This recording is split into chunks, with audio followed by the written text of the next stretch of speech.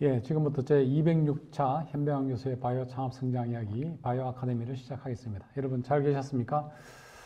오늘 공부할 내용은요, 상장 IPO 전략과 실행, 그리고 기업가 정신이라는 주제입니다. IPO에 관해서 지금 굉장히 관심들이 많으실 텐데, 구체적으로 어떤 전략을 가지시고, 기업을 운영을 하시고요. 그 다음에 어떻게 실행을 하시고, 그 다음에 어떤 기업가 정신을 가지고 계시는 것이 IPO에 도움이 되는지 구체적으로 그 일을 실행하신 대표님을 모시고 한번 들어보는 시간을 갖도록 하겠습니다. 오늘 강사님으로 오신 분은요, 모상현 대표님이십니다. 모상현 대표님은 지금 아시아천연물학회 부회장, 한국화장품미생물학회 부회장, 한국해양바이오산업협회 부회장, 중앙대학교 의과대학 외래교수 등 여러 직함을 지금 겸비를 하고 계신데요. 오늘 좋은 강의 정보를 들으시고 그리고 구독과 좋아요, 주위에 또 많은 소개 부탁드리기 바랍니다. 감사합니다. 예, 모 대표님 안녕하세요. 네, 반갑습니다. 네, 오늘 네, 좋은 안녕하세요. 정보 부탁드립니다. 네, 네, 감사합니다. 오늘은 상장 IPO 전략과 실행 그리고 기업가 정신이라는 주제로 여러분께 설명드리게 된 바이오펜시 모상현입니다. 먼저 컨텐츠 내용은 IPO 목적 그리고 실제 IPO를 저희는 이제 기술 기반으로 바이오 제약 바이오를 포지셔닝해서 상장된 기업인데요. 그런 저희 회사의 이제 실제 사례 그리고 이제 이런 IPO에 성공하든지 실패하든지 그걸 넘어서서 실제 기업을 잘 운영하기 위해서는 정말 엔터프레뉴십이라는 그 기업가 정신이 필요한데요. 그 엔터프레뉴십 스플릿에 대해서 좀 설명드리도록 하겠습니다. 먼저 보시는 내용처럼 이제 실제 만약에 내가 기업을 창업해서 어떤 기업이든지 간에 만약에 이제 이 시장에 처음 공개하는 이니셜 퍼블릭 오퍼링이나 IPO를 하려고 하면은 제가 이제 고민해봤던 거는 이 8가지의 성공 요소가 이제 잘 실행이 돼야 됩니다. 그래서 그런 내용들에 대해 설명을 드리도록 하겠습니다.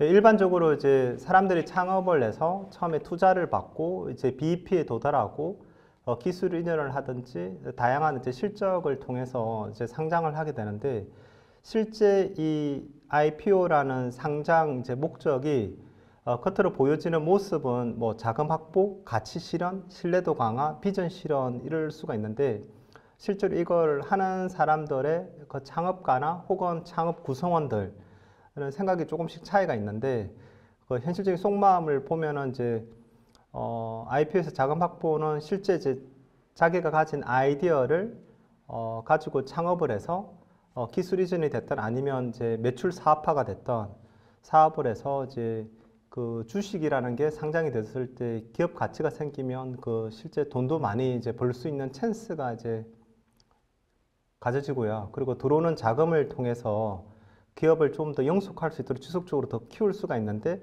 같이 구성했던 그 창업 멤버들이 같이 이제 좀 돈도 벌고 신뢰를 쌓고 본인들이 가진 아이디어를 리얼라이즈를 할 수 있는데 좀 더 유리한 고지였습니다.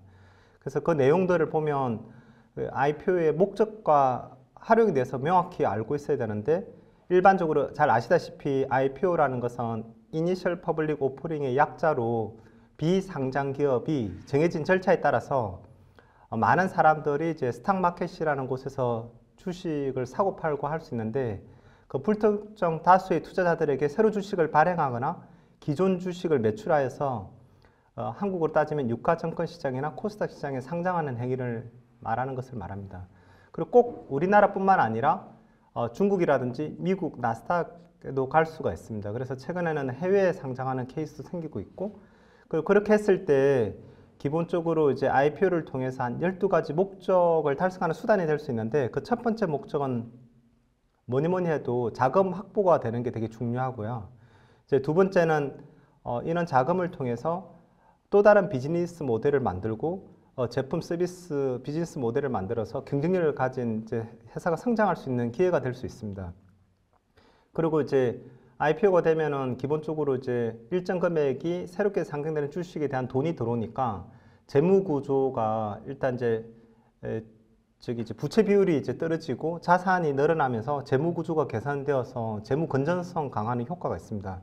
그리고 이제 상장이 되려면은 여러 가지 내부 통제 시스템이라든지 일반 투자자가 그 기업을 믿고 주식을 살 수 있도록 하는 그 기업 브랜드에 대한 가치 제고가 됩니다. 그래서 신뢰도가 증가되는 게 상당히 중요하고, 또 이제 이 다섯 번째의 목적 달성 수단은 상장이 되면 그 기업을 믿고 처음에 투자했던 엔젤이라든지 인베스터들이 상당히 많은데 벤처 캐피탈도 있을 수가 있고요. 그리고 처음에 창업 멤버들도 있을 수가 있고, 그런 분들이 주식시장에서 주식을 사고 팔 수 하는 원활한 이제 기회를 제공할 수 있고, 또는 또 임원이나 직원에게 주식 보상을 제공할 수 있는 여러 가지 콜옵션, 스탁옵션 등이 존재할 수 있기 때문에 이런 주식에 대한 인수를 위한 화폐로 사용될 수 있어서 주식 보상 효과가 따라옵니다. 그리고 또 이제 상장이 되면은 주식 가치를 극대화시킬 수 있는 그런 기회가 제공이 되고요. 뿐만 아니라 그 주식의 자금을 활용해서 기업이 성장하는 데는 크게 세 가지 정도가 있다고 생각할 수 있는데, 기업이 성장하려면 작은 기업들을 계속 머지 앤 어퀴지션, 인수합병 기회가 있는데, 인수합병 할 때 자금이 많이 소요되는데 그 자금으로 활용될 수도 있고, 또 기업이 성장할 때 기업에서 자회사를 설립해서 스핀오프가 될 수 있습니다. 스핀오프 단어의 어원은 팽이가 이게 팽팽하게 되게 빠른 속도로 돌고 있는데, 이게 진짜 빠른 속도로 돌면은 조금 가지치기를 해서 스핀오프가 되더라도 또 자회사를 만들어서 기업을 더 크게 키울 수가 있는데, 자회사를 만들 때 현물 출자가 됐던 현금 출자가 됐던 기술 출자가 됐던 이런 방식으로 스핀오프가 될 수도 있어요. 그리고 또 하나 방식은 기업에 있는 구성원들을 더 창업시키거나 더 잘할 수 있도록 보상을 할 수 있는 그런 여러 가지 기회가 많이 제공될 수 있습니다. 뿐만 아니라 이제 IPO가 되면 그 자금으로 R&D 기술 개발 비용에 테크놀로지 디벨롭먼트 하는 데 더 많이 쓸 수도 있고요.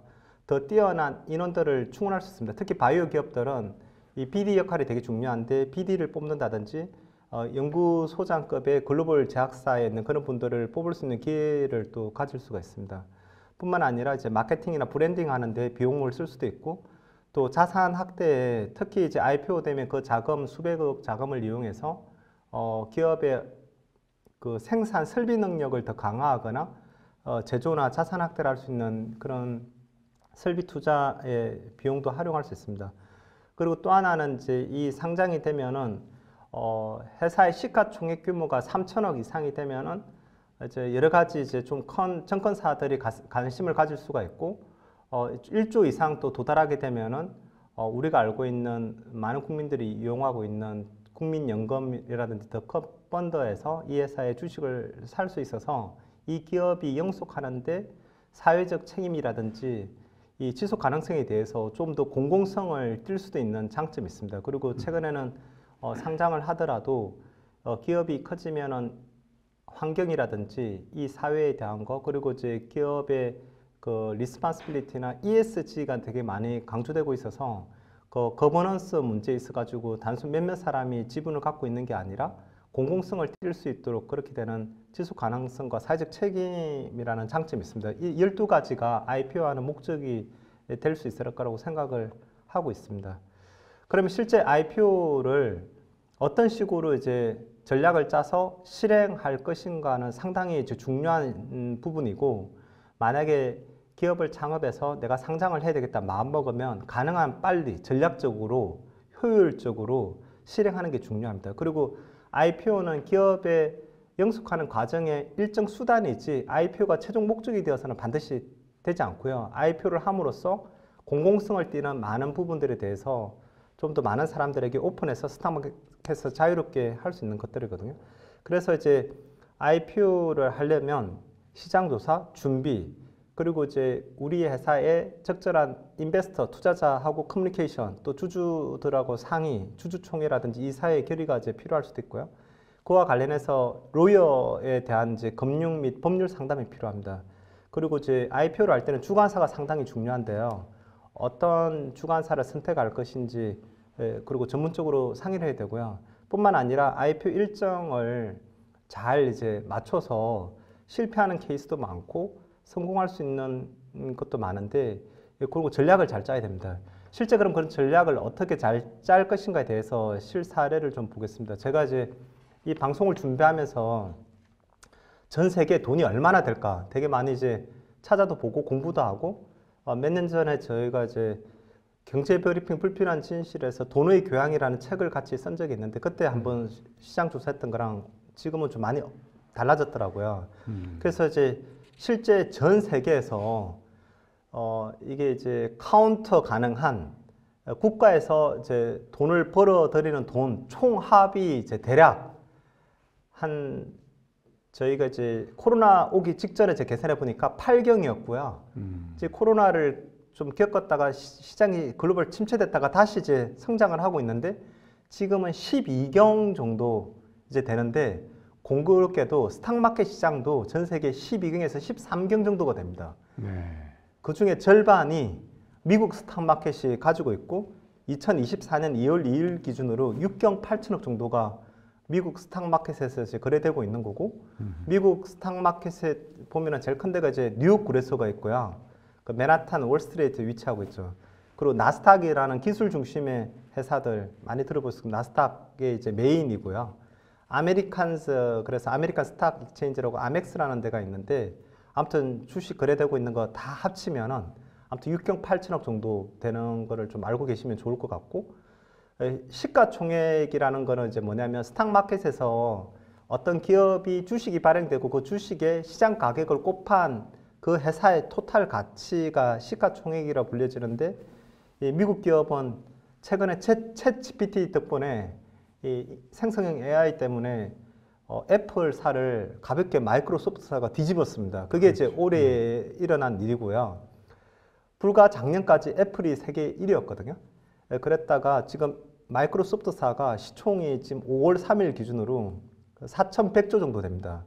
그리고 애플이 한 3,700조, 엔비디아가 3,100조, 아마존이 한 2,600조, 그리고 옛날에 페이스북이 메타 플랫폼스로 바뀌었는데 이제 메타라는 기업이 1,600조, 그리고 구글이 이제 알파벳 클래스 A와 C로 구분되어져 있는데 아무튼 1,500, 1,200조가 되고요. 여기는 나스닥에 있고요. 뉴욕 거래소에 있는 지금 중국하고 미국이 사이가 안 좋고 그게 이제 타이완에 있는 세미컨덕터 매뉴팩처링이라는 요게 이제 미국 뉴욕 거래소에 상장되어 있습니다. 지금 1,000조 정도 되고요. 일라이릴레라는 제약 바이오에서 1위 기업이 뉴욕 거래소에 있는 이제 5월 3일 기준으로 989조였고 오늘 기준으로 지금 오늘이 5월 9, 12일 정도 되는 것 같은데 아무튼 1,000조에 돌파했습니다. 아무튼 그 테슬라는 기업 가치가 이제 1,몇백 조까지 갔다가 800조로 조금 떨었어요. 전기자동차 플랫폼이 조금 그렇게 되면서. 그럼 우리나라를 보면 어떠냐? 우리나라 지금 총 GDP가 2,000조가 좀 넘는데 코스닥, 코스피, 코넥스를 합쳐서 2,500조예요. 그래서 보통 그 GDP보다 스탁마켓이 일반적으로 미국이나 일본은 훨씬 큽니다. 이제 3배가 넘어가면 이제 그 경제에서 버블이 왔다고 그러는데 우리나라는 남북한 이렇게 좀 휴전도 되어 있고 그래가지고 스탁마켓 시장이 GDP보다 적었는데 올해 바뀌었어요. 이제 스탁마켓 시장이 GDP를 조금 능가를 해서 지금 2,600조 가까이 되는 시가총액을 가지고 있고 코스피에 811개 기업이 이제 주요한 기업이 있고 종목은 924개인데 실제 거래되는 건 다양한 종목들이 있어서 한 2,180조 정도 규모가 되고 있고요. 코스닥은 1,617개 기업이 이제 기술 기업으로 상장이 되어져 있는데 거래되는 건 한 1,620개가 되고 한 411조 정도 됩니다. 그래서 이거 다 코스닥 시가총액을 합쳐도 삼성전자 시총 460조보다는 적어요, 현재는. 그리고 코넥스에 한 125개 기업이 상장되어져 있는데 시가총액은 한 4조 정도 됩니다. 그래서 코스피 지금 100을 보면 그 코스피에 있는 100대 기업의 시가총액을 합치면 1,700조 정도 되고 코스피 200까지 하면은 시총이 한 1,800조가 됩니다. 그래서 이제 우리나라는 대기업 위주로 많은 회사들이 이제 코스피에 상장되어져 있고 안정적으로 가고 있고 성장을 계속하고 있습니다. 그래서 이제 보시면 1위가 삼성전자고 최근 3개월 사이에 SK하이닉스가 인공지능 AI의 핵심 반도체를 공급함으로써 시총이 60몇 조였다가 2배가 되는데 3개월밖에 안 걸렸어요. 그래서 우리나라 시총 2위로 SK하이닉스가 올랐었고요. 계속 더 시가총액이 올라갈 거라고 많은 전문가들이 보고 있습니다. 그리고 LG에너지솔루션은 이제 91조, LG화학에서 분사되어졌지만 최근 몇 년 사이에 아주 LG 에너지솔루션이 우리나라 시가총액 3위 정도 될 정도로 이 배터리 분야에 강력한 드라이빙이 일어나고 있고, 바이오 기업인 삼성바이오로직스도 지금 시총이 54조 정도 되어져 있습니다. 그리고 현대차, 기아차, 그리고 셀트리온도 이제 8위에 랭크되어져 있는데, 이는 바이오 분야에 바이오시밀러 하는 회사들이 최근에 많은 강세를 나타내고 있습니다. 그래서 시총은 대략 이 정도 되는데, 일반적으로 본인이 창업해서 기술성 평가를 받아서 이제 코스닥이 올라가는 경우에 기술성 평가 기업인 경우에 시가총액 보통 한 1,500억에서 3,000억 사이 정도로 해서 이제 상장이 되어집니다. 그리고 이제 기업 가치가 정말 높으면은 5,000억도 이제 나올 수가 있고 이제 그렇게 되어 있고요. 그렇게 시장이 올라간 다음에 이제 시가총을 계속 높이는 케이스가 이제 많고 성장을 이제 하고 있는 거죠. 그래서 우리나라 이제 대한민국의 시장을 들여다보면 이제 코스피, 코스닥, 코넥스가 있는데, 이게 유가증권, 코스피를 유가증권 시장이라고 그러고 코스닥은 코스닥이라고 그러고 이제 코넥스가 있는데, 이 코스피는 1980년 1월 4일 시총 기준을 이제 100을 기준으로 했을 때 이제 지금 2024년 5월 3일 코스피 지수가 2676 정도가 되거든요. 그러면 100을 기준으로 했을 때 한 26배 정도 성장을 했다는 그런 의미를 갖고 있습니다. 그래서 이제 이 코스피가 1983년도에 제가 생긴 걸로 알고 있는데 1980년 지수를 가지고 하고 있고 성장의 기준점을 가지고 있습니다. 그래서 코스피 지수가 얼마다 했을 때 그 의미 정도는 아시면 좋을 것 같고요. 코스닥은 1996년도에 주식시장에 이제 처음 기술 기반 기업이 이제 등장을 해가지고 코스닥이 만들어졌습니다. 그리고 코넥스는 이제 2013년도 최근에 와서 이제 만들어졌고요. 보시는 이제 테이블처럼 다양한 회사들이 이제 존재하고 있습니다. 그럼 실제 이제 기업을 상장하려면 어떤 절차를 가지느냐 이제 관심이 있을 수가 있는데, 여러분이 이제 이미 구글링을 하거나 인공지능 쪽에 물어보면은 이 기업 상장 절차는 잘 나와 있고, 특히 한국은 한국거래소에서 주관하고 있기 때문에 한국거래소 홈페이지에 들어가면은 자세한 내용이 나와 있습니다. 그런데 이제 전반적인 내용을 좀 설명을 드리면, 저는 오늘 여러분들께 저는 이제 바이오 기업을 운영하고 있고 제약 바이오의 기술성 평가를 받은 기업이어서 그쪽에 조금 더 포커스를 해서 설명을 드리도록 하겠습니다.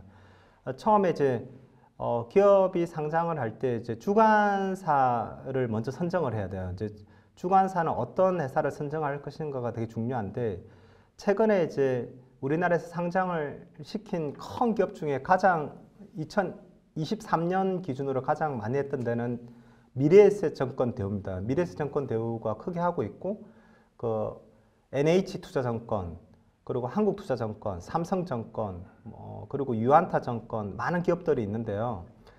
주관사를 선정할 때는 주관사의 어떤 주관사든지 우리 기업을 잘 이해하고 공부해서 이 기업을 잘 설명할 수 있고 전략을 잘 짤 수 있는 주관사를 선정하시면 돼요. 그래서 주관사가 되게 중요하다고 하지만 어떤 주관사를 선정하든지 간에 그 담당하시는 분이 어떻게 잘 하느냐가 중요해서 어떤 주관사를 선정하든지 다 잘하고 있다, 이걸 말씀드리고 싶고, 주관사가 선정이 되면 이제 주관사에서 내부에 이제 심사를 오게 됩니다. 그때 이제 되게 중요한 포인트를 말씀드리면, 기업가들이 자기 창업했을 때 그 기업의 내부의 속사정들을 완전히 오픈하지 않고 기업을 좋은 점만 계속 보이려고 하는데 그렇게 하면 안 돼요. 특히 기업을 창업하신 분들은 솔직한 내부 실사를 받는 게 되게 중요합니다. 이슈가 있으면 바로바로 이슈를 던져서 해결할 수 있도록 같이 고민을 해야 되고요. 그리고 이제 문제가 없고 잘 기술성 평가를 받을 수 있다고 했을 때 이제 우리 기업이 세일즈가 많아서 세일즈 레베뉴가 높아서 매출을 많이 내고 단기 순이익을 많이 내면 단기 순이익에다가 그 동종업계의 퍼라는 프라이스 어닝 레이쇼라는 그 평균 값을 내서 이제 단기 순이익에다 퍼를 곱해가지고 시가총액을 결정을 하는데, 비상장 기업일 경우에 이제 고를 때 단기 순이익을 잘 내어서 퍼를 곱할 때 업종 분포를 잘 봐서 일반으로 상장할 건지, 우리는 지금 세일즈 레베뉴가 좋지 않고 단기 순이익이 약하니까 기술성 평가를 받아서 이제 밸류에이션을 할지는 이제 되게 중요한데, 만약에 기술성 평가를 받겠다 그러면 지금 보시는 그림 같은 거 가지고 이제 절차가 진행이 되는데, 주관사하고 내부 기업에서 기술성 평가를 어떻게 잘 받을 거냐가 되게 중요합니다. 그리고 현재 우리나라는 기술성 평가할 수 있는 기관들이 한 22개 정도 되는 걸로 알고 있는데 뭐 예전에는 기술성 평가하는 기관이 적었다가 최근에 많이 늘었습니다. 되게 다양한 기술성 평가 기관들이 존재하고 그 기술성 평가 기관 중에 어떤 데는 정말 꼼꼼하고 진짜 디테일해가지고 까다롭게 하는 데가 있고요. 어떤 기술성 평가 기관은 세일즈, 사업성을 더 많이 보는 데도 있고 어떤 데는 기술을 중심으로 하는 기관이 있어서 제가 기술성 평가 받으려고 하는 기업 자체가 어떤 기업이냐에 따라서 어떤 기술성 평가 기관이 이제 되면은 이제 좋은지는 케이스 바이 케이스거든요. 그리고 그래서에서 그 기술성 평가 기관을 랜덤하게 이제 결정을 하기 때문에 제가 임의로 결정할 수 없습니다. 주관사에서. 그래서 하지만 어떤 평가 기관이 되게 어렵다는 걸 알기 때문에 사전에 좀 예비 기술성 평가를 받아가지고 뭐 채택을 한다든지 좀 까다로운 데는 아니면 좀 그게 되게 좀 전략이 중요하다 생각할 수 있고요. 그래서 그래서에서 기술성 평가 기관을 정하게 되면은 이제 6개월 내 기술성 평가를 받고 이제 심사 청구를 6개월 내에 하게 되는데 기술성 평가를 어떻게 받는지는 조금 이따가 자세히 설명을 드리겠습니다. 그 기술성 평가를 만약에 외국 기업일 경우에 AA 두 기관에서 2개 다 A를 받아야 되고요. 한국 기업일 경우는 기술성 평가 기관 2군데에서 A, BBB를 미니멈으로 받아야 돼요. 그리고 이제 주관사에서 성장성 트랙으로 가겠다 그러면은 A 하나만 있으면 되고요. 아무튼 기술성 평가에 성공하게 되면은 그래서 이제 심사 청구를 주관사에서 이제 하게 됩니다. 같이.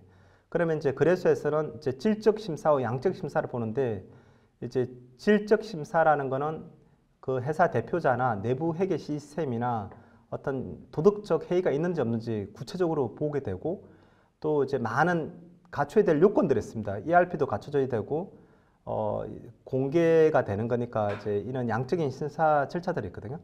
이제 그런 게 다 이제 평가를 하게 되는데 그 중간에 이제 그래서에서 이 기업을 현장 평가를 올 수도 있고 아니면 먼저 전문가 위원회를 구성해서 전문가 회의를 합니다. 이 전문가 회의가 기술성 평가 이상으로 더 중요합니다.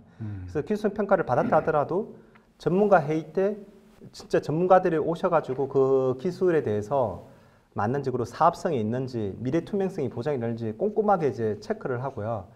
그래서 그때 이제 전문가 회의 때 대표자나 이제 창업했던 분들이 들어가셔가지고 회사를 잘 설명하고 상장을 하는 목적이나 상장이 되었을 때 기업이 지속 가능성에 대해서 진실성을 가지고 회사에 대한 가치에 대해서 그 의지를 가지고 정확하게 설명을 해야지만 전문가 회의가 통과가 되고 전문가 회의에서 문제가 없으면은 또 이제 상장위원회가 이제 최종 열리게 되는데 상장위원회 때 전문가 회의 들어왔던 한 분이 또 들어오시게 되고 또 그래소에 계시는 분들이 들어와서 실질 심사를 하게 됩니다.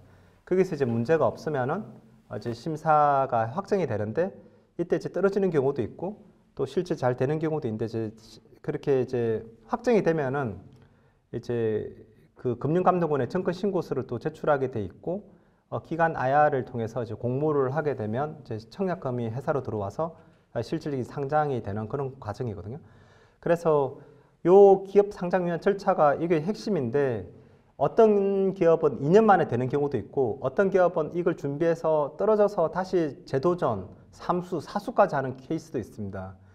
최근에 상장한 D&T 파마텍의 이슬기 대표 같은 경우는 원래 그 기업이 브레인 쪽으로 많이 개발하다가 조금 미끄러지고 좀 딜레이 되면서 약간 피보팅을 통해서 안티오비시티 쪽으로 해서 얼마 전에 또 상장이 되었고요. 또 의료기기 회사 어떤 또 라메디틱 같은 회사는 전략을 잘 세워서 매출을 하면서 이제 상장이 되는 케이스도 있고 그 케이스는 좀 빠르게 끝나기도 하고 그래서 기업에 따라서 1년 만에 상장되는 기업도 있고 3년 만에 되는 기업도 있고 3년을 준비해도 되지 않는 기업이 있습니다. 그래서 전략을 잘 짜고 어떻게 해야 될지에 대해서 조금 더 이제 자세히 보도록 하겠습니다.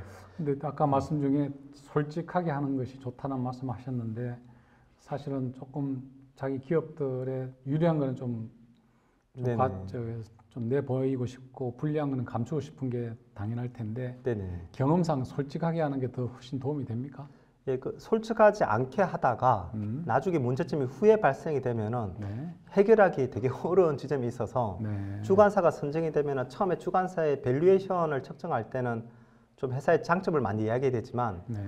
주관사 계약이 체결되고 나면 원팀이 돼야 되거든요. 그래서 네. 주관사에 최대한 나의 이제 문제점 있는 것들을 빠르게 상대방에게 전달을 하고 이 회사의 문제점들을 수면을 완전 표면화 시켜가지고 이야기를 해야지만 또 주관사에서 전략을 짜서 해결도 하고 문제점 있는 거는 보완도 하고 트러블 슈팅을 빠르게 할 수 있거든요. 네, 알겠습니다. 그래서 이제 솔직하게 하는 게 되게 중요할 것 같고요. 그래서 이제 코스닥 시장의 상장 예비 심사 흐름도를 이제 보시면 이제 다음과 같은 이제 그림으로 진행이 되는데 신청 계획서를 제출하게 되면은 거래소에서는 회계 감리를 통해서 나중에 문제가 없는지 IFRS를 그래서 3년 동안 국제 규격에 맞는 이제 그 회계 감사를 받아야 되고 예비 심사 신청서를 접수하게 된다면 형식적 요건, 질적 요건 양쪽 걸 다 체크하고 서류 검토를 한 다음에 이제 막 기술 평가 기본 기평이 통과되고 전문가위원회를 열어서 문제가 없으면은 대표이사 면담도 하고 또 대표이사 면담하기 전에 현장도 나오고 막 그렇게 합니다. 그래서 심의 안건을 상장위원회에 올려가지고 이제 기본적으로 우리나라 거래소는 둘째 주, 넷째 주 목요일 날 보통 하는데 최근에 이제 기술성 평가 기업이나 이 상장 신청을 많이 해가지고 매주 열리는 케이스도 있고요. 기본적으로 둘째 주, 넷째 주 목요일이었는데 최근에는 조금씩 이제 바뀌기도 하고 많이 신청하면 또 그만큼 또 많이 열리기도 합니다. 네. 그래서 상장위원회 심의를 통해서 이제 성인하거나 미성인을 하게 되는데 미성인을 하였다 하더라도 좀 그 한 번 더 이제 제고할 수 있는 기회를 주기 때문에 이의신청 제도가 우리나라는 존재합니다. 되게 합리적으로 되어 있고요. 보통은 이제 상장을 철회하라고 이야기했을 경우는 이제 미성인인데 그럴 경우는 좀 더 이제 부족한 점을 보완을 해야 돼요. 그래서 그 기술 특례 상장 같은 경우는 그 오른쪽에 있는 내용처럼 기본적으로 이제 바이오 기술 기반의 기업일 경우에는 그 이제 보이지 않지만 이게 딱 명문화되어 있지 않지만 임상 에셋, 일반적으로 파이프라인이라 불려지는 임상 투유에 2개 이상이 있든지 기술 라이센싱 아웃을 이 라이센싱 아웃 할 때 바이오 기업은 이제 보통 기술 이전을 할 때 외부에 큰 제약사에 하게 되면 선급범이라는 어프론트가 있고요. 그 다음에 이제 마일스톤이라는 게 있고 로얄티라는 게 있습니다. 그러면 어프론트, 마일스톤, 로얄티를 합쳐서 1조의 기술을 이전했네, 2조의 기술 이전 이렇게 하는데 어프론트를 많이 받는 게 되게 중요합니다. 근데 어프론트를 적게 받는다는 거는 글로벌 제약사가 이 기술에 대해서 좀 이렇게 약간 이제 물음표가 있을 수가 있어요. 그러니까 임상 단계가 1단계에서 이제 좀 앞단계에서 가게 되면 어프론트가 적긴 한데 임상 2A나 2B를 거치면은 어프론트를 가급적 많이 받는 게 좋은데 최근에 이제 ABL 바이오나 뭐 또 다른 오럼 테라픽 쓰는 데는 이제 이 어프론트를 많이 받은 케이스도 있고요. 지금 이제 리가캠 바이오텍이라고 레고캠 바이오텍 이름이 바뀌었는데 이제 기술 이전을 많이 ADC를 많이 하는 기업들도 있습니다. 그래서 최근에는 에로를 대한민국 기업이 미국의 글로벌 제약사에 상당히 많이 하고 있고 그래서 이제 상장을 할 때 에로 어프론트를 30억 정도는 받아야 되지 않나 이게 이제 보이지 않는 가이드라인에 있고 일반 상장은 매출액 100억 정도 되고 단기 순이익이 나오면 보통 일반 상장을 하는데 기술성 평가 기업이라 하더라도 매출을 요즘에 보기 시작했습니다. 그래서 매출액이 한 40억 정도는 나와야 되지 않나 이렇게 생각이 되어지고 있고 주주 구성에 있어서 일반적인 파이낸싱 인베스트먼트라는 FI뿐만 아니라 관련 기업에 서로 전략적으로 협업해서 성장할 수 있는 스트라테직 인베스트먼트 기업이 있는 게 되게 좋습니다. 그래서 전략적으로 기업이 영속할 수 있도록 좀 큰 기업이나 대기업의 SI로 투자를 받거나 전략적 제휴 관계가 있는 게 좀 더 유리합니다. 상장을 할 때. 그리고 사업성과 미래지속성을 많이 평가를 하기 때문에 가급적이면 ESG라든지 미래지속성이 있는 그런 파이프라인이 됐던 사업에 대한 그런 전략을 잘 짜서 우리가 공모자금이 들어왔을 때 이 공모자금을 활용해서 미래지속 가능하게 기업을 이렇게 성장을 시키겠다는 그런 것들을 보호해 주는 게 좋고요. 요즘에 이제 창업했던 대표자들이 되게 어려움을 겪는 것 중에 하나가 예전에는 이제 일반 기업일 경우는 보호의 수가 이제 1년이거나 6개월이거나 이제 그랬었고요. 뭐 그것도 없는 케이스도 있었고 한데 기술 상장 케이스는 예전에 뭐 1년 그러다가 제가 상장할 때는 3년이었어요. 그리고 요즘에 상장하는 기업은 보호의 수를 5년간 근거하고 있습니다.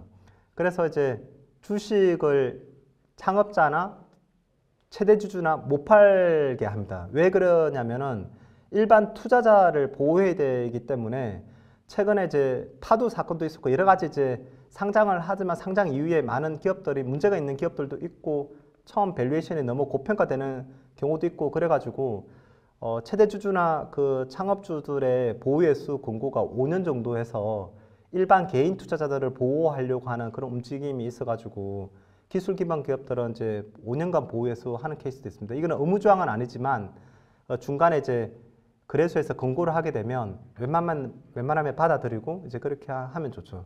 이게 미국 나스닥 같은 경우는 좀 우리나라하고 상황이 많이 다른데요. 미국 나스닥은 평가를 통해서 하는 게 아니라 그 주관사가 결정을 해서 밸류를 결정하고 나스닥에 이제 보내는 케이스가 많아서 나스닥에 상장되면 이미 퍼블릭하게 되어 있어 자기 기업이 아니거든요. 근데 우리나라는 창업주나 대표자가 책임을 지는 형태로 되어 있어가지고 주식을 마음대로 잘 못 파는 구조여서 이거는 이제 개인 투자자를 위해서도 그렇게 해야 된다고 저도 생각을 하고 있습니다. 그래서 지금 이제 보는 양식이 일반적인 상장 예비 심사 신청서입니다.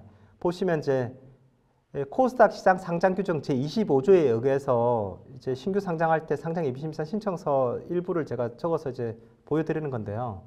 회사명이 있고 본점 소재지, 최대 주주 현황이 있는데 최대 주주 현황에는 한 사람만 적는 게 아니라 이 투자자 보호하기 위해서 창업했던 사람들과 혹은 제 투자자를 여러 명을 묶어서 지분율을 보통은 50% 이상을 이제 묶는 방법을 선택하고 있고 50% 이상 안 묶이게 되면 최대한 많이 3분의 1 이상, 34% 이상을 묶게끔 되어 있습니다. 그리고 자본금이나 여러 가지 해계된 내용들을 ROE까지 표현해서 이렇게 하게 되어 있고요. 그래서 기업 상장을 위한 외형 및 질적 요건 전략이 이제 적혀 있는데 제가 이제 기술성 평가하고 이제 R&D 과제 전략을 좀 말씀을 드리고 싶습니다. 일반적인 질적 요건과 외형 요건은 주관사를 선정하게 되면은 계속 회계 감사도 받고 있고 내부 통제 시스템에 대해서 되게 많이 이제 보호를 하게 되어 있습니다. 최근에는 이제 기업가의 모랄리티, 도덕적인 그걸 많이 보고 있어요.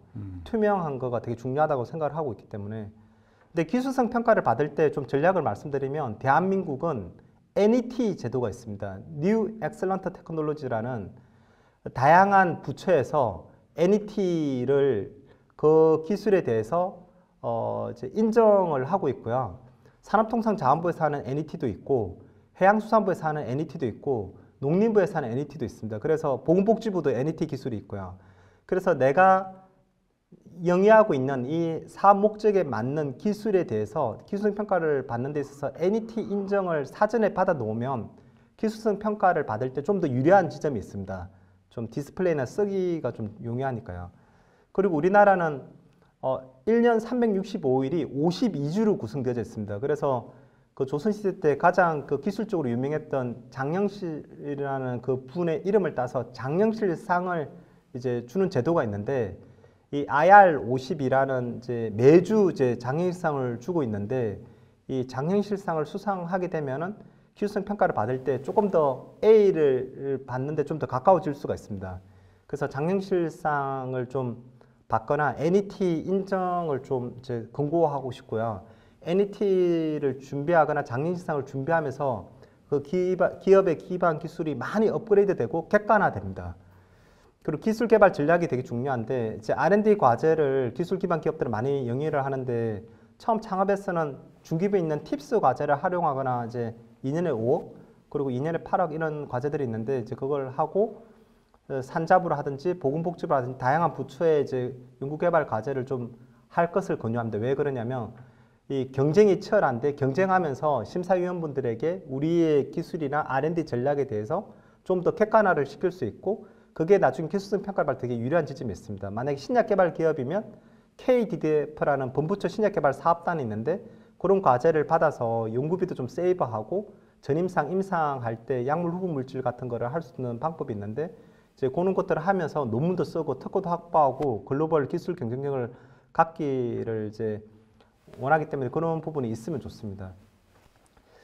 그리고 이제 이 IPO 논의에서 상장 예비 심사 청구가 조금 더 깊이 있게 들어가 보면 저는 크게 5가지 스텝으로 구분할 수 있다고 생각을 하고 있고 첫 번째 스텝이 IPO 기업 공개를 언제쯤 할 거냐 이사회나 경영 주주총회를 열어가지고 한번 논의를 해야 되는데 이때는 이제 경영진의 이제 결정이 되게 중요할 것 같고요. 이게 이제 논의가 되면은 상장 준비 팀을 꾸려야 되는데 내부 팀을 어떻게 잘 꾸리고 또 외부의 주관사를 어떻게 잘 선정해서 원팀으로 어떻게 잘 만들어서 할 거냐가 되게 중요합니다. 그리고 주관사가 선정이 되면 세 번째 스텝인 사전에 점검 사항들이 쫙 있습니다. 그래서 사전 점검을 하고 선정 사항들, 지분 변동, 회계 감사인 대표 주관회사가 다 선정이 되면은 이 대표 주관회사인 그 주관사가 거래소에 이 기업을 평가해서 사전 여러 가지 점검하는 것들이 있습니다. 객관을 해야 되니까요. 그게 되고 이제 네 번째 스텝으로 여러 가지 이제 우리 사주 조합, 명의개서, 정관 정비가 돼야 되고 소유주식 의무 보유부터 여러 가지 이제 절차들이 있습니다. 이런 절차 요건들은 주관사가 너무 잘 알고 있고 잘해주기 때문에 창업해서 기업을 하시는 분은 그닥 신경 안 쓰셔도 돼요. 예, 그런 다음에 다 준비가 되면 이제 예비심사 청구를 거래소에 하게 되어 있습니다. 그럼 첫 번째 스텝에서 기업 공개를 언제 해야 되느냐, 이게 상당히 중요하거든요. 저희 같은 경우는 2016년도에 저희 기술성 평가를 통과해서 그때는 미래에셋증권 주관사였어요. 그 당시에는 이제 2016년도는 어떤 일이 있었냐면 삼성바이오로직스가 이제 코스피에 직상장을 하는 해이기도 하고 휴젤도 상장하고 애니젠도 상장하는 그런 기간이었고 돈의 흐름이 그때는 좀 원활하지 않고 그런 대기업에 더 많이 이제 가고 그랬던 시기여서 기술성 평가를 통과했지만 그 당시에 저는 그 거래소에 상장 예비심사 청구를 하지 않았습니다. 그래서 이제 기업 공개하는 시기는 흐름을 잘 파악해서 돈의 흐름이 좀 있고 또 일반적인 사람들의 좀 거래소에 관심이 있을 때 하는 게 좋아요. 그 시기를 결정하는 거는 지금으로부터 결정이 되면 우리가 1년 후에 상장이 되든 2년 후에 상장이 되든 예측을 해서 1, 2년 후를 예측해 가지고 돈의 원활성을 잘 봐야 됩니다. 지금 바이오 기업들은 투자가 아예 이루어지지 않는 타임이거든요.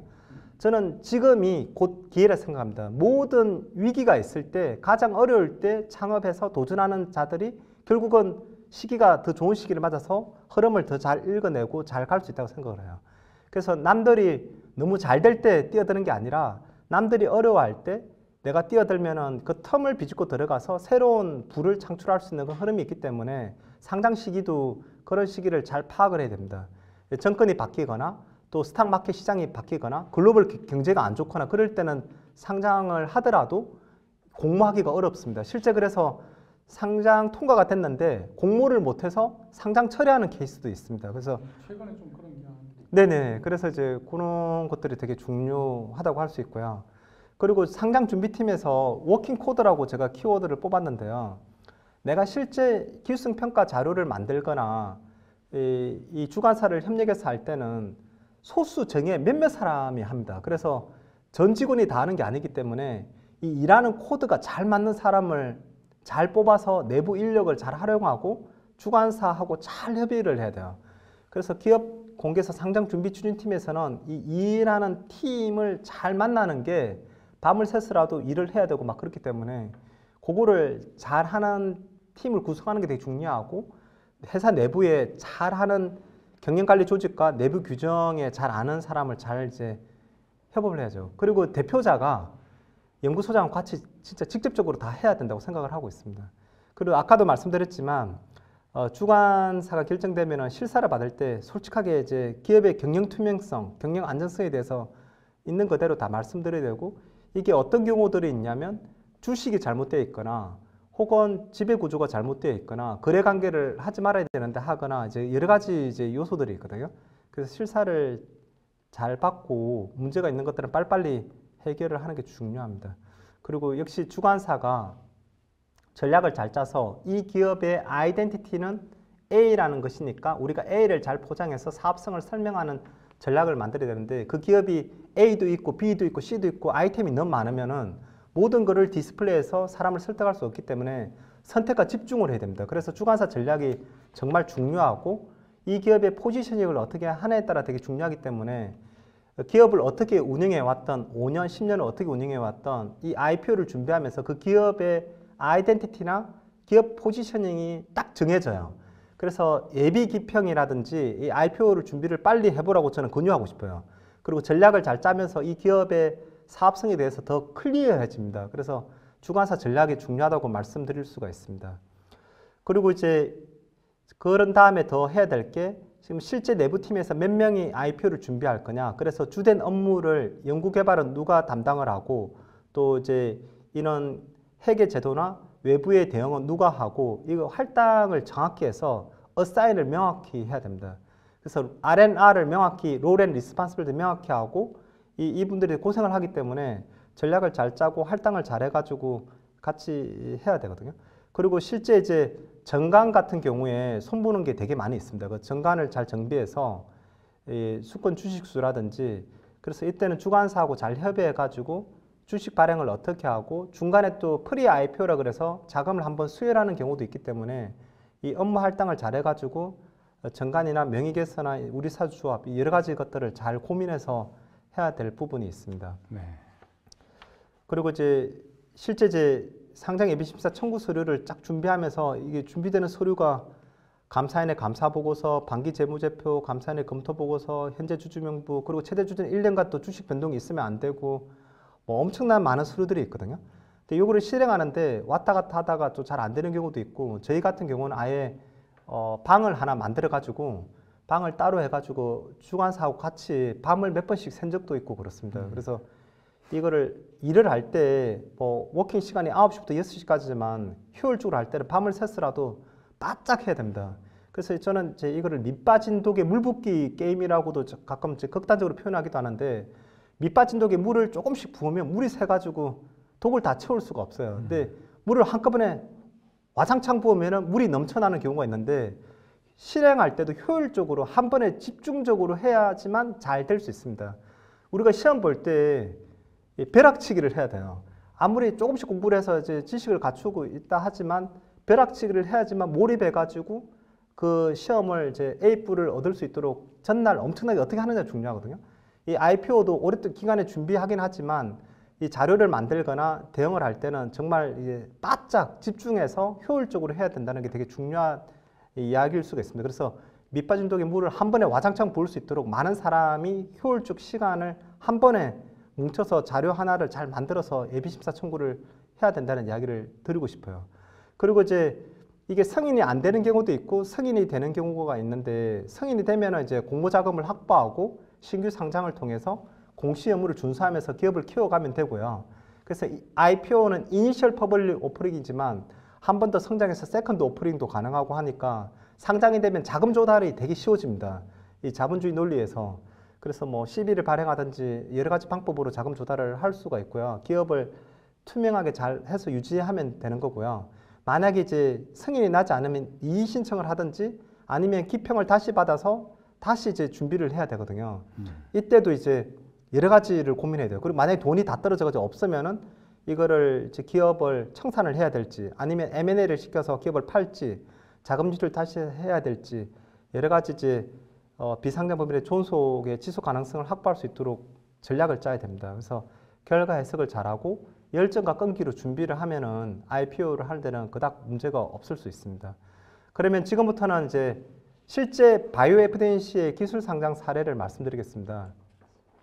제가 아까 우리나라에 코스닥에 지금 1617 기업이 상장이 되어져 있는데 바이오 기업은 145개 정도 됩니다. 그 중에 제약 바이오 145개 중에 한 회사가 바이오 에비던스이고 저희는 보시면 알겠지만 아까 2016년에 기평을 받아서 통과할 때는 제가 심사 청구를 안 했었고요. 2021년도에 DB금융투자를 이제 저희 주관사로 선정을 해서 예전에 했던 미래증권에서 이제 바꿔가지고 DB금융투자 팀하고 전략적으로 여기 보시면 2021년 7월 달에 1월부터 7월까지 좀 고민을 해가지고 선정을 한 다음에 상장하는 데까지 기간이 보시면 알겠지만 1년 안에 거의 끝냈습니다. 저희는 아주 전략적으로 잘했었고요. 가장 쇼텀으로 상장한 회사라고 할 수 있습니다. 보시면 2021 1월 달에 DB금융투자 협의하고 계약 체결을 해서 사전 준비를 많이 했었고요. 그리고 기술성 평가를 DB금융 주관사랑 전략적으로 이제 논의를 하고 기술성 평가가 이제 그래서 신청이 되면 2개월에 진행이 되거든요. 그 2개월 동안 이제 A, BBB를 이제 받게 되었고 통과되자마자 예비심사 청구를 기평 통과한 1로부터 6개월 내에 해야 되기 때문에 9월 달쯤에 저희가 진행을 했습니다. 그래서 9월 달에 저희가 처음에 전문가 회의 열리기 전에 거래소에서 처음에 저희 회사를 좀 이제 저희가 하도 덧보잡이 회사여가지고 이 회사가 실제가 제대로 있는지를 보기 위해서 전문가 회의 열리기 전에 거래소에서 먼저 저희 회사에 이제 현장 실사를 왔었어요. 현장 실사에서 그 담당 심사역을 잘 저는 발표하고 설득을 해서 이 회사 괜찮은 회사다라는 인식을 드렸고 전문가 회의를 이제 열어서 전문가 회의에서 이제 여러 가지 이제 저희가 식물세포 플랫폼으로 약 개발을 장기적으로 하고 있는데 지금 단계는 너무 얼리 스테이지여서 많은 지적도 받았지만 그래서 무난하게 이제 통과가 됐습니다. 그래서 이 상장위원회 열릴 때 제가 하나 팁을 드리자면 대표자가 열정과 그리고 지속 가능성과 끈기를 보이면서 글로벌 무대를 내가 다 씹어 먹겠다, 장악하겠다는 그런 강한 의지를 심사위원한테 표명할 필요도 있고 본인이 얼만큼 오랜 기간 이 기술을 개발해 왔는지에 대해서 잘 논리적으로 설명을 잘하는 게 중요합니다. 특히 심사위원들한테 이제 대꾸할 때 논리적으로 대꾸해야지 특히 감정은 다 배제하고 하지만 열정은 보여드려야 된다 생각하고 있고 저희 회사는 이제 2022년 2월 달에 상장이 되어져서 지금 이제 주가는 좀 반토막 났지만 열심히 기업을 운영하고 있습니다. 그래서 저희 바이오 에비던시를 조금 더 들여다보면은 저희는 이제 원래 17세기에 그 아이작 뉴턴이라는 뉴턴의 1, 2, 3법칙이 있는데요. 떨어진 사과로부터 만일력 법칙을 발견했다고 하는데 저는 떨어진 사과를 가지고 세포 배양을 합니다. 그래서 이런 약간 이노베이션으로 그리고 이제 배양을 할 때 특정한 주파수를 이용해서 특정 물질을 많아지게 하는 기술을 오랫동안 개발하고 NET도 받았습니다. 그리고 저희는 지금 창업한 지 18년 된 회사인데요. 2005년에 창업해서 처음에 저희가 안티에이징, 리버스 에이징 이런 안티에이징의 식물세포 기반으로 여러 가지를 개발하고 나중에 식물세포 플랫폼으로 의약품을 개발하겠다는 아이디어로 처음에 돈이 없으니까 화장품 원료부터 시작을 해서 회사를 이제 영위해 오고 있고 최근에는 이제 식품이라든지 그 바이오 FDC가 푸드 드러그 앤 코스메틱 이니셜에서 이제 의약품 개발도 도전하고 있습니다. 그리고 저는 과학자로서 회사를 창업해서 정대현 이제 공동대표님과 같이 공동대표로 창업을 했고 오랜 기간 식물세포 분야에서 과학기술 발전에 큰 기여도 했고 논문도 70여 편 썼습니다. 그러면서 이제 이런 상들도 오랫동안 받아왔고요. 그리고 식물세포 배양 기술에 대한 핵심 차별성으로 남들이 하지 않는 것들을 오랜 기술을 개발을 해왔고 저희가 이제 식물세포 배양하면은 사람들이 일반 사람이 잘 알아듣기가 어려워서 지금은 세포 농업이라는 단어를 쓰고 있습니다. 그래서 셀룰러 에그리컬처 하면 농업이라는 게 이 땅, 그 논에다가 벼를 심고 이제 거름을 주고 이제 햇볕이 있고 이런 상태에서 수확을 하는 건데 세포 농업은 그와 비슷한 의미로 바이오 리액터에서 농업하는 것처럼 세포를 키우는 거예요. 그래서 식물 세포를 키울 때 특정 물질을 많아지게 하는 기술을 갖고 있고 회사에 저희는 원료 제조부터 이 식물 세포 플랫폼 새로운 기술을 도전해서 NET 인증도 받았고 산업통상자원부로부터 그리고 관련 기술은 미국의 원천 특허가 등록이 되어져 있고 또 장영실상도 상장 이후에 수상한 바가 있습니다. 그래서 이제 이런 식물세포 배양 신기술들이 여러 가지가 있는데 기존의 기술에 비해서 저희 장점들을 계속 설명하고 설득하고 논문도 쓰고 특허도 만들고 하면서 이제 보여줬고요. 식물세포는 또한 세포를 키워서 먹을 수도 있고 추출해서 화장품 원료로 쓸 수도 있고 또 이렇게 다시 세포로부터 완전한 개체를 만들 수 있습니다. 저희가 극지연구소하고 긴밀한 연구도 같이 하고 있는데 북극에 식물이 한 1% 식물이 있어요. 지구상에 식물이 대략 이제 꽃을 피우는 식물이 36만 9천 종이 있습니다.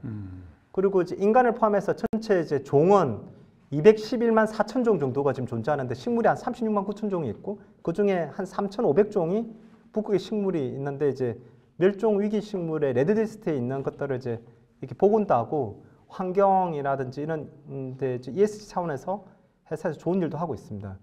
그리고 저희는 일반 다른 제약 바이오와 달리 기술 이전에 포커스하기보다는 지속적으로 이익을 낼 수 있도록 저 정대영 공동대표님과 같이 오랫동안 회사를 창업해서 처음에 9억으로 시작했다가 국내에서 투자 안 받고 해외에서 투자 받으면서 조금씩 화장품 원료부터 의약품 개발 플랫폼까지 계속 도전하고 있고 이익을 창출하고 있고 12년 연속 흑자 기업입니다.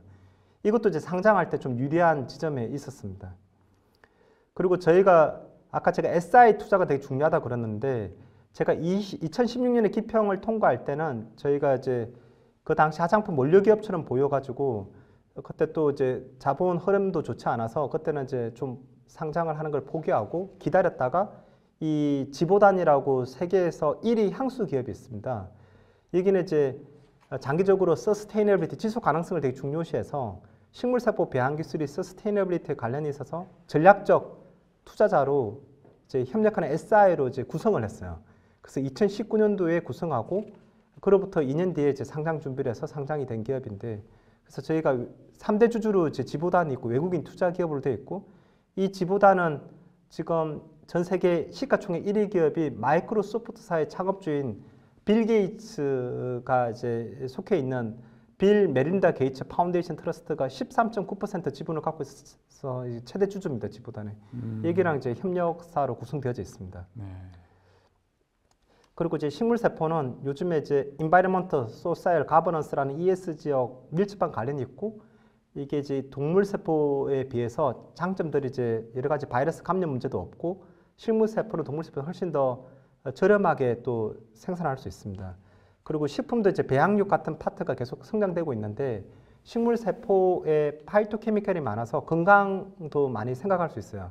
그래서 지금 우리가 음식도 맛과 영양보다는 이 건강한 삶의 문화, 헬시 리빙 컬처가 막 주도되는 상황이라서 식물세포를 먹는 시대가 곧 열릴 거라 생각하고 그런 준비도 하고 있고, 화장품 역시 비건 클린 뷰티가 되게 이슈인데, 식물세포가 이제 식물을 훼손하지 않고 유용물질을 얻을 수 있으니까 그런 업사이클링 개념으로도 이제 사용할 수가 있습니다.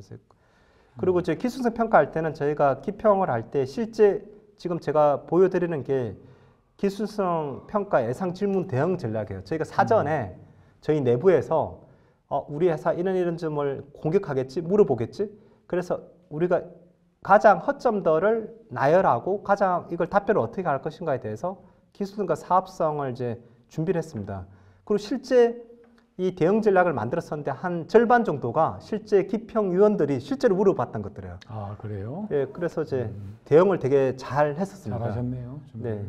그래서 이제 여러 가지 이제 저희 식물세포 플랫폼의 장점들을 설명을 드렸었고, 또 원천 기술에 대해서 설명을 드렸고, 저희가 제 공동대표는 또 하순에, 전라남도 하순에 또 본사가 떨어져 있어가지고 또 그쪽에 이제 공장을 더 많이 지어서 더 매출 발생을 하고 있어서 이제 사업성에 대해서도 충분히 디펜스가 됐었고요. 그리고 실제 이제 질문한 것들의 답변을 어떻게 잘 하느냐. 답변할 때는 짧게 해야 되고, 자료를 처음에 이제 기술성 평가를 받을 때 이제 구두로도 하지만 또 이제 그 기평하는 기관에서 자료를 달라고 합니다. 적을 때 한 질문에 한 페이지 정도 깔끔하게 정리해서 기술성 평가위원들이 쉽게 이해할 수 있도록 해주는 게 중요합니다. 왜냐하면 내가 하는 기술은 내가 제일 잘 알고 있는데 상대방이 저를 평가하는 거기 때문에 그분들의 눈높이에 맞춰서 이걸 디스플레이하는 게 되게 중요하다고 생각이 되고요. 아무리 제가 잘하지만 상대방의 이해가 되지 못하면 그 기업에 좋은 점수를 받을 수가 없습니다. 그래서 또한 기술성 평가뿐만 아니라 상장위원회 대응 전략도 되게 중요한데, 이 상장위원회 때는 꼬치꼬치 이제 디테일한 것보다는 큰 그림을 보고 이제 그분들은 질문을 하기 시작합니다. 투자자를 이제 보호하는 측면에서, 그리고 기업이 상장해서 시장에서 문제가 없을지, 그리고 글로벌에서 경쟁력이 있을지. 그래서 저희도 식물세포 플랫폼이 확장성과 바이오 파운드리로 이어지는 그런 것들에 대해서 좀 강조됐었고요. 그래서 그 Q&A 할 때 비전과 기술성, 사업 확장성에 대해서 설득을 어떻게 잘 대응하느냐가 되게 중요해서 상장위원회 대응 전략도 잘 짜는 게 중요합니다. 그래서 이런 것들은 이제 주관사가 설정이 되면 같이 잘 되는데, 내부에서 전략가가 좀 있으면 좋고요. 여기 이제 많이 이제 그 분야의 전문가들이 계시니까 많은 좀 자문도 구하고 회사에 좀 그런 사브라고 불려지는 사이언티픽 어드바이저리 보드 멤버를 잘 구성해서 전략을 잘 만드는 게 중요합니다. 네. 그래서 저희는 이런 방법으로 이제 2022년 2월 27일 날 251110이라는 제약 바이오 분야로 이제 장에 들어왔고요. 제가 이제 상장을 하는 것보다 더 중요한 거를 오늘 꼭 말씀드리고 싶은데 그냥 짧고 굵게 이제 말씀드리도록 하겠습니다. 네. 그러니까 우리나라 이제 많은 기업인들이 창업을 해서 상장도 하고 좌절도 하고 또 상장해서 돈도 많이 벌고 또 그 상장한 기반으로 10조, 20조 이렇게 대기업으로 성장하는 케이스도 있는데요. Entrepreneur Spirit이라는 이 기업가 정신이 정말 중요하고, 그래서 이거를 기업가 정신을 처음에 창업할 때 그 마인드를 상장 이후에도 갖고 있어야 되고, 상장 이후에도 더 열심히 해야지만 주가도 오르고 그렇게 합니다. 저희도 이제 상장한 이후에 시장 흐름이 좋지 않아서 주가가 반토막이 났는데요. 제가 상장 전보다 더 열심히 일하고 있고 더 열심히 국가 과제도 하고 기술 개발도 하고 있습니다.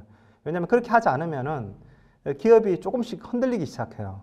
그래서 기업가 정신이 중요한데 저는 이 세일즈 레베뉴 매출액보다는 기업의 단기 순이익 네트 프로핏이 중요하고 네트 프로핏보다는 기업 가치 코퍼레이트 밸류가 중요한데 이 기업의 가치 특히 바이오 기업은 그 기업의 구성 멤버가 거의 다 결정을 합니다. 그래서 그 기업에 어떤 사람들이 구성되어져 있는가가 그 기업의 가치를 키우기 때문에 사람들을 잘 구성해야 돼요. 네.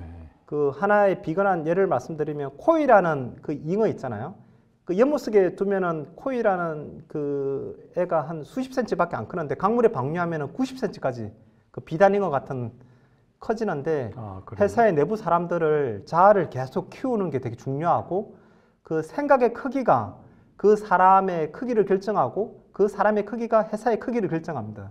그래서 회사의 창업 멤버뿐만 아니라 기업의 구성인들을 그 기업의 팀 리더 분들이 잘 키워가는 게 중요하다 생각합니다. 그래서 기업가는 좀 창의적으로 미쳐야 된다 생각하고요. 그 크리에이티비티, 창의성이라고 하는 것은 날리지, 이미지네이션, 저지먼트라는 지식과 상상력과 판단력이 이 크리에이티비티를 구성합니다. 그래서 약간은 좀 또라이라고 불릴 정도로 이제 또라이가 되면 안 되고요. 이 브레인은 창의적으로 좀 미침이 필요하고요. 심장이 분당 72번 뜹니다. 근데 이제 일을 할 때 되게 즐겁고 재밌고 활력이 붙어야 돼요. 그래서 심장이 두근거림, 비팅 레이시 이제 우리가 100m 달리기 하면 심장이 140번씩 막 뜁니다. 물론 고혈압도 이제 뛰기도 하고 그러는데 아무튼 일을 할 때 즐겁게 재밌게 두근거리는 일을 해야 된다 생각하고 손은 열심히 메모하고 발은 바빠야 된다 생각하는데 이제 전체가 이렇게 되면 회사가 다 망하겠죠. 그래서 이제 조직은 내가 창의적으로 미치더라도 합리적 판단을 할 수 있는 사람을 옆에 둬야 되고 요즘 이제 MZ세대 MBTI식으로 이야기하면 저는 ENFP거든요. 제 주변에 ISTJ 사람들을 다 구성했어요. 저 반대인 사람. 저를 보완할 수 있도록.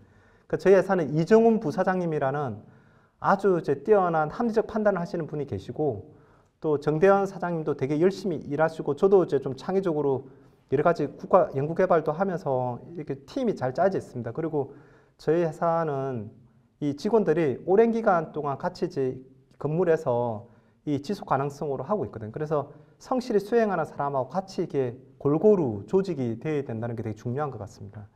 그리고 진짜 기업가 정신에서 제일 중요한 것들은 팀을 믿고 그 팀 사람들에 대해서 더 키워줄 수 있는 그래서 팀 사람들이 성장되는 게 기업의 성장과 맞물려 있다는 게 되게 중요하다고 생각을 하고요.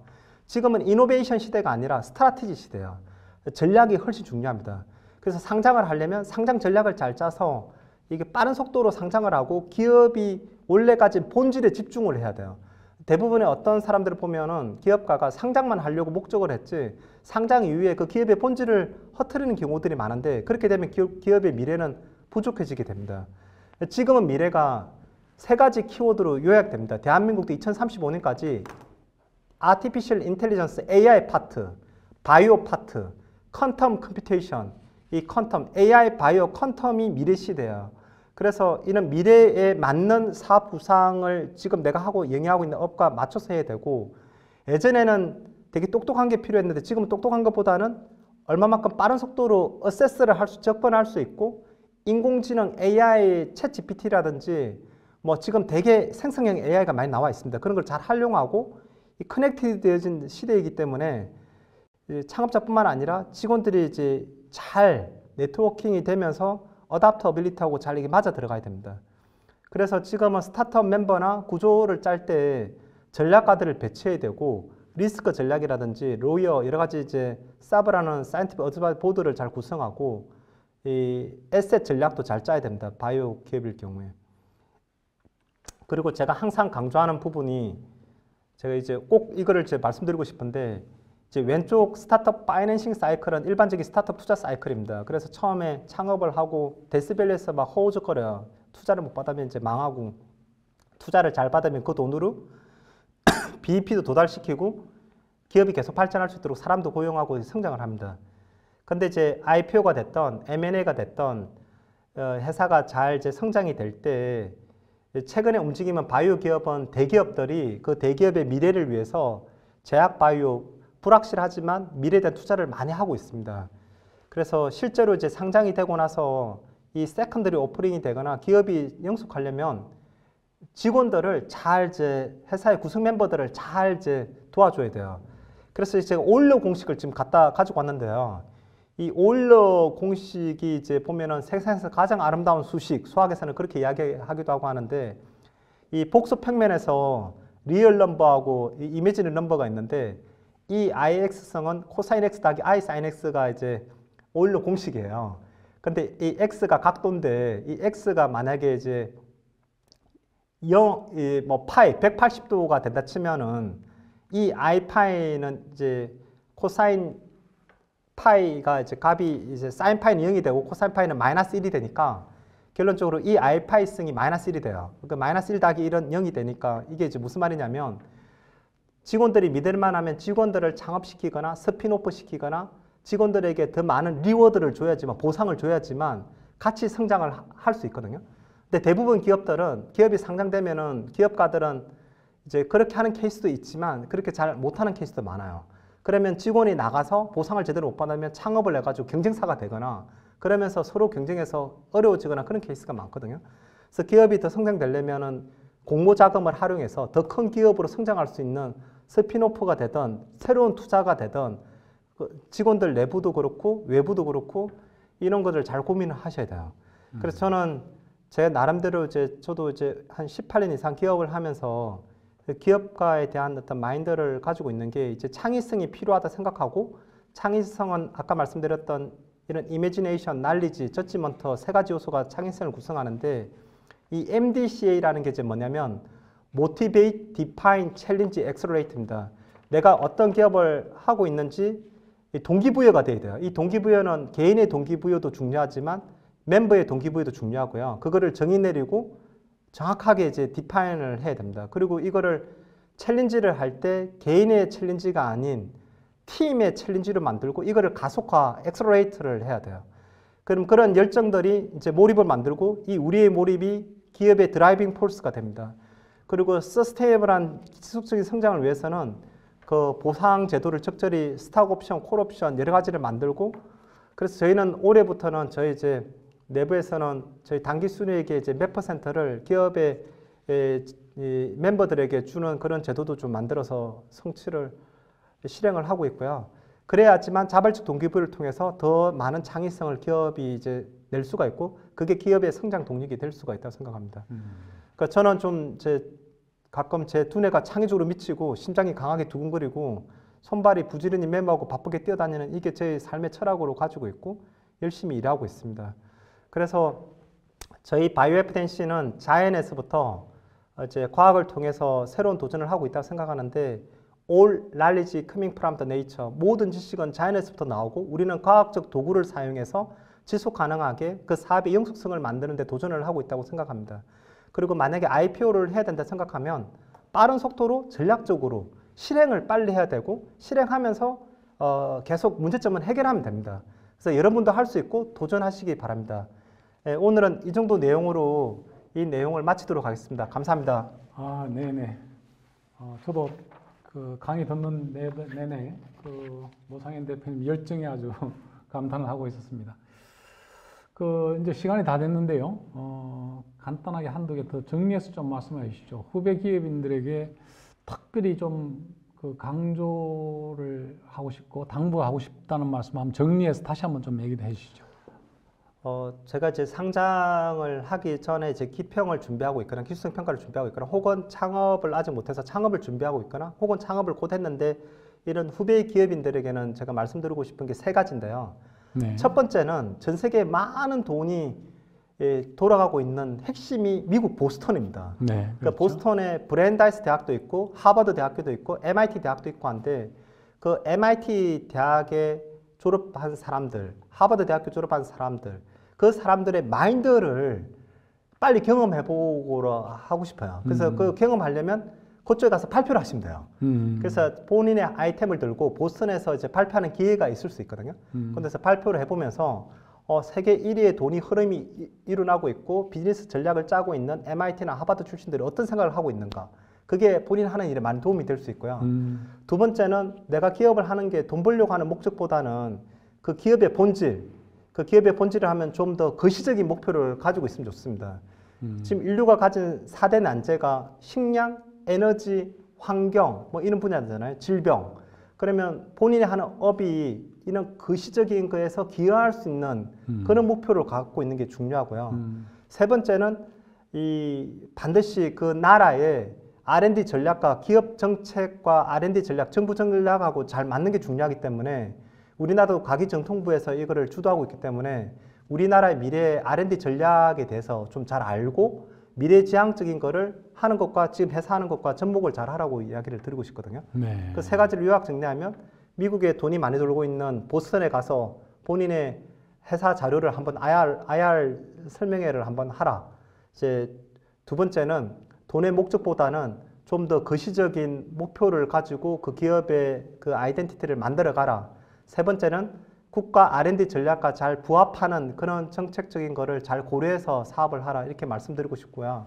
마지막에 더 중요한 말은 본인 돈을 투자를 해서 부모님한테 돈을 얻거나 그렇게 하지 말고 투자사에 돈을 빌리지 말고 본인의 돈을 내 가지고 본인 돈으로 계속 하려고 하는 게 중요합니다. 쉽게 투자를 받는 거는 좋은 것 같지가 않고 이게 어려운 길을 걸을수록 비가 온 뒤에 땅이 굳어진다고 시행착오가 있으면 점점 굳어지니까 함부로 돈을 투자받아서 이제 회사를 영위하기보다는 힘들더라도 돈을 만들어가면서 하라고 말씀드리고 싶습니다. 아, 네, 네. 훌륭한 말씀이네요. 지금은 이제 FDNC 그 대표로서 또 상장까지 시키셨는데요. 그 다음에 또 갈 길이 멀지 않습니까? 네네네. 그 비상장 회사나 상장 회사나 앞으로 무슨 공부를 계속 해야 될까요? 기업을 그 계속 영속적으로 큰 네네. 기업으로 만들어야 될 텐데 네네. 계속 공부가 필요하잖아요. 네네. 네, 저희도 이제 일반적으로 요즘 이제 3P라 그래가지고 이제 특허, 패턴, 그 다음에 이제 또 기업이 이제 그 논문, 페이퍼, 그리고 이제 프로덕트 이런 측면을 분석을 많이 하는데 끊임없이 자기 분야의 기술에 대한 그 저희가 저희 같은 경우는 NCBI 채널을 이용해서 논문을 끊임없이 읽고 있고요. 네. 또 기업에서 연구개발 활동을 통해서 논문도 내고 있습니다.